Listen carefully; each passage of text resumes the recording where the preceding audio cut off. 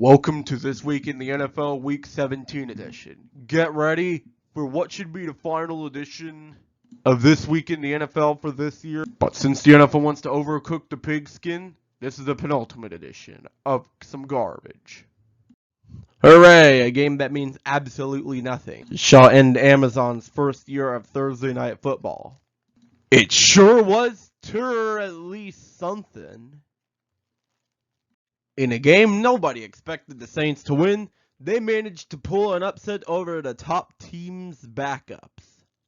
That was a huge game to win for our playoff chances, but will they even have a chance at the playoffs?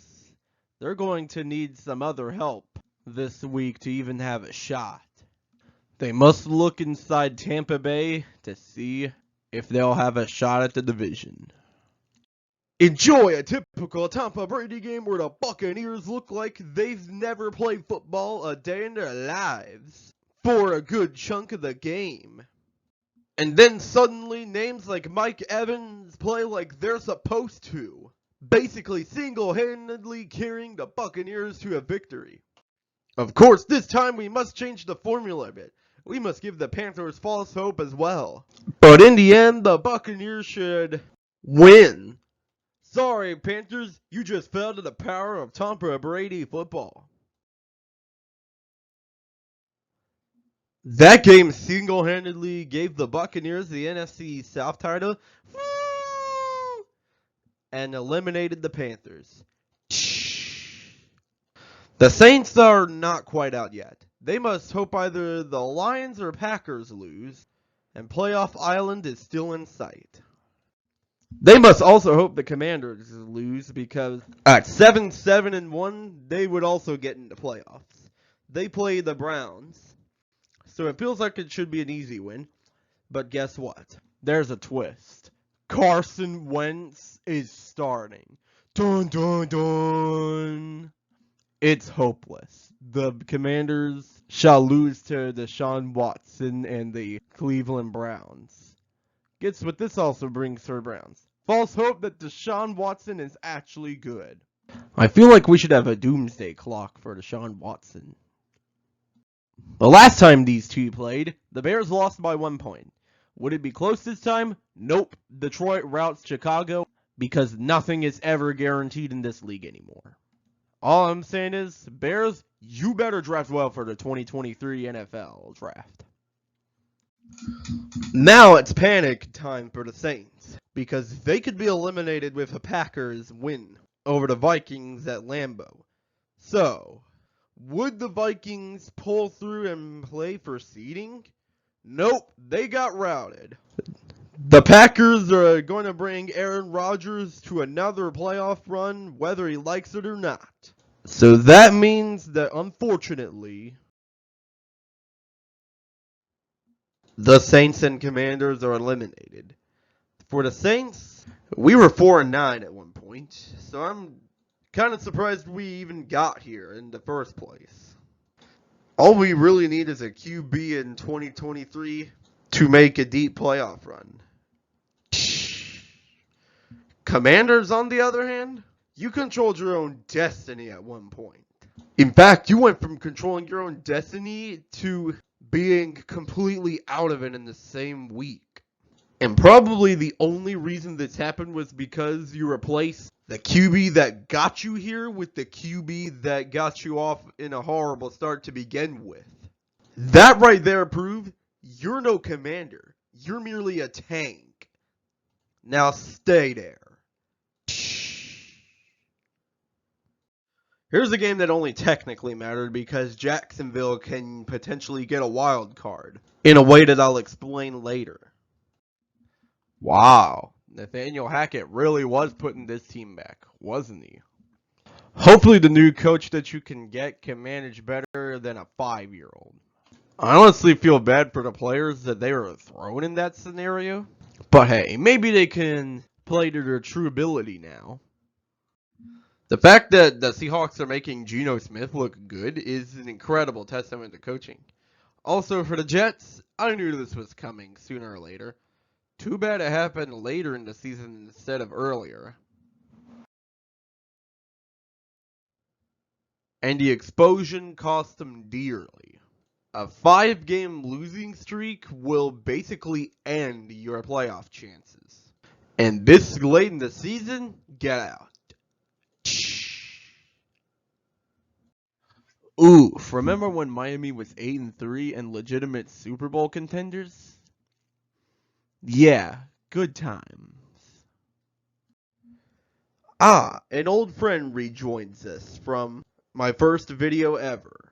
The Patriot legend, Jarrett Stidham. Can't imagine a better player who actually played for them.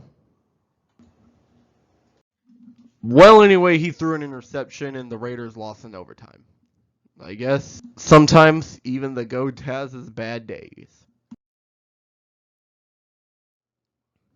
Although he still led him to a near victory of the 49ers. Now, that's impressive. Unfortunately, Raiders, we gotta eliminate you now. Honestly, this is a formality at this point. If you look to your left, you'll see the Indianapolis Colts do the predictable thing and die. Congratulations, Giants. You just got a free win. Long time no see, Giants. You'll be playing postseason football for the first time since 2016. You were probably the biggest surprise of the season. Nothing can hurt you anymore, Giants. You're safe now. And if you look to your right, you'll see the Toilet Bowl of the Week. Bet you weren't expecting that entrance, huh? We get to see the Matt Ryan-less Falcons and the Kyler Murray-led Cardinals play a game using the backup QBs. How boring. In the end, the Falcons won on a field goal kick to send the Cardinals flushing. Man, you know a game is boring when the walk-off kick is nothing to write home about. Be sure to tune in next week for more crap. Well, I knew Los Angeles would win this game. So, these two teams don't really have much to play for, but they still have the best prize on the table left. Bragging rights. Of course, the Chargers would win, as the Rams couldn't do much of anything. Wow, believe in the power of Steeler football, as they fluke their way to another playoff spot. Baltimore misses a big opportunity to catch the AFC North title, as they now have to wait and see what the Bengals do in order to see if they even have a chance at the AFC North crown. Unfortunately, this segment of the video has been postponed due to one of the Bills players suffering an injury on the Monday Night Football game. From now on, I'm going to skip divisions that don't really matter, with the word skip. Let's talk some playoff scenarios. Don't worry, Seahawks, you'll be on this next page. Okay, so Detroit, Seattle, and Green Bay are the 3 NFC teams remaining to claim a playoff spot. Green Bay is winning in, no question. However, if Green Bay loses at Lambeau, then more chaos can happen. If Detroit wins and Seattle beats the Rams, then the Seahawks gets in. If Seattle loses and Detroit wins, then Detroit gets in. Basically, what I'm saying is, the NFC number 7 seed runs through Green Bay, Wisconsin. Skip. And now let's talk AFC playoff scenarios. For the number 7 seed, New England is winning in, but they face a tough Buffalo team. If the Patriots lose, then the Dolphins are winning in against the Jets, who are out due to a lot of tiebreakers that don't go their way.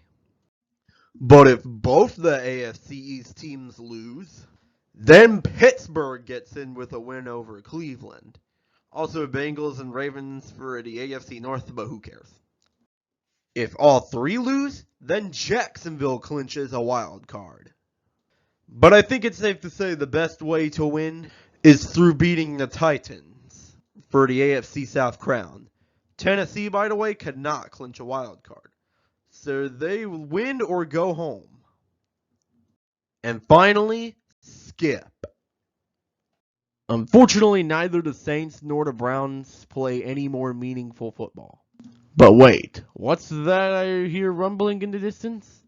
Ah, yes, it's our new schedule for Trojan football. Of course, this schedule is all out of order. Otherwise, it'd be Stephen F. Austin first in Kansas State. But this, if I'm correct, is all the opponents we face for that year. We face all the Western teams, 4 non-conference teams in the name of Stephen F. Austin, Western Kentucky, Kansas State, and Army, and 2 Eastern teams, James Madison and Georgia State this time. And if you need a fresh reminder, the 6 teams in the West other than us are Arkansas State, Louisiana, South Alabama, Southern Miss, Texas State, and ULM. Anyway, that's gonna do it. Thanks for watching, guys. Be sure to like, subscribe, comment, share, ring the bell, and don't forget to send prayers for Damar Hamlin. And I'll see you next time. 2 Corinthians chapter 6, verses 16 and 17. So we have stopped evaluating others through a human point of view. At one time, we thought of Christ merely from a human point of view. How differently we know him now. This means that anyone who belongs to Christ become a new person. The old life is gone, a new life has begun.